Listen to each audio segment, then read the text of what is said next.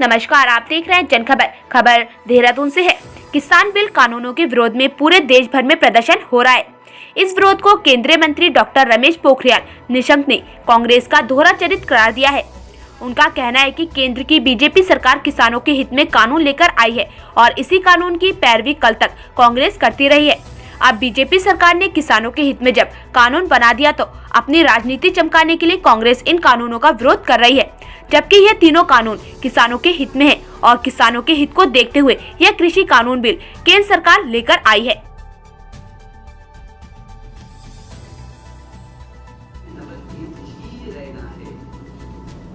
आपकी दौड़ कहां तक हुई है अपने विभाग में, आपसे ज्यादा कोई नहीं जान सकता। हाँ, आपकी उस नंबर 1 बनने में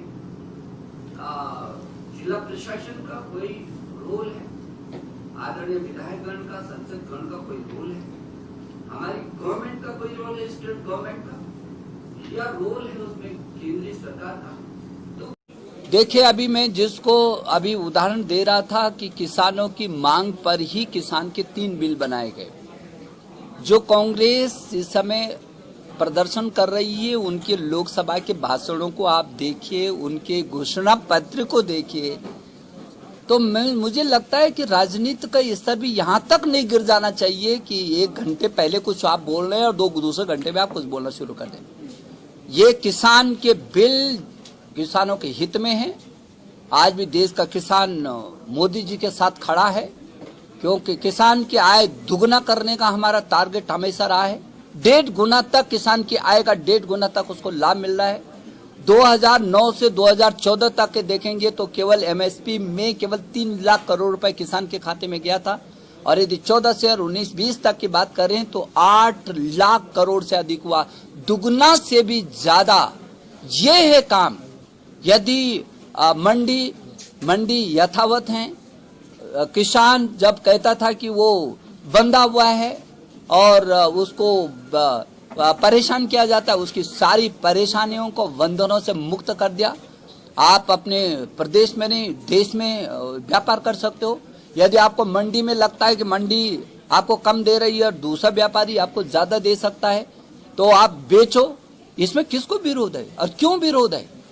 क्यों विरोध है? यदि किसान के हित में है, किसान की सारी मांगों को पूरा करने के लिए, तो किसका विरोध है? किस बात का विरोध है? मंडी खत्म नहीं किए जा रहे, एमएसपी कम नहीं होगी और उसको पूरे के पूरे बंधनों से मुक्त करके जहां चाहे, यदि वो आज इलेक्ट्रॉनिक का जमाना है, डिजिटल का जमाना है, अपने घर में बैठ करके पूरे देश के किसी कोने में वो अपना व्यापार कर सकता है। कौन रोकने वाला है? और वो कानून भी जितने बने हैं, यदि वो कहते हैं कि वो किसी के साथ अनुबंध करके अपने खेतों को दे सकता है, मालिक तो वही रहेगा, लेकिन उसको नहीं अनुबंध करना है किसी के साथ, तो जबरदस्ती थोड़ी है। लेकिन हाँ, उसको एक प्लेटफॉर्म दिया गया। यदि कोई बड़ा किसान ये कहता है कि नहीं, मेरे पास अवस्थापना नहीं है लेकिन मेरे पास खेत है और मैं कई गुना ज्यादा लाभ ले सकता हूँ, तो खर्च करने वाला करता है, वो भी उसके पक्ष में है। वो भी उसके पक्ष में कि यदि वो चाहेगा तो ही होगा। अरे जिस दिन नहीं चाहेगा, किसान कहता कि नहीं, इसके साथ मैंने अनुबंध किया था लेकिन मुझे नहीं करना, आप छोड़ दो ना। घंटों दिनों के हिसाब से उसको रिजल्ट मिलेगा, उसके पक्ष में मिलेगा। तो इसलिए ये जो विरोध है केवल राजनीतिक विरोध है। पूरा देश का किसान मोदी जी के साथ खड़ा है। हम कटिबद्ध हैं अन्नदाता के प्रति, हम अन्नदाता को पीछे नहीं होने देंगे।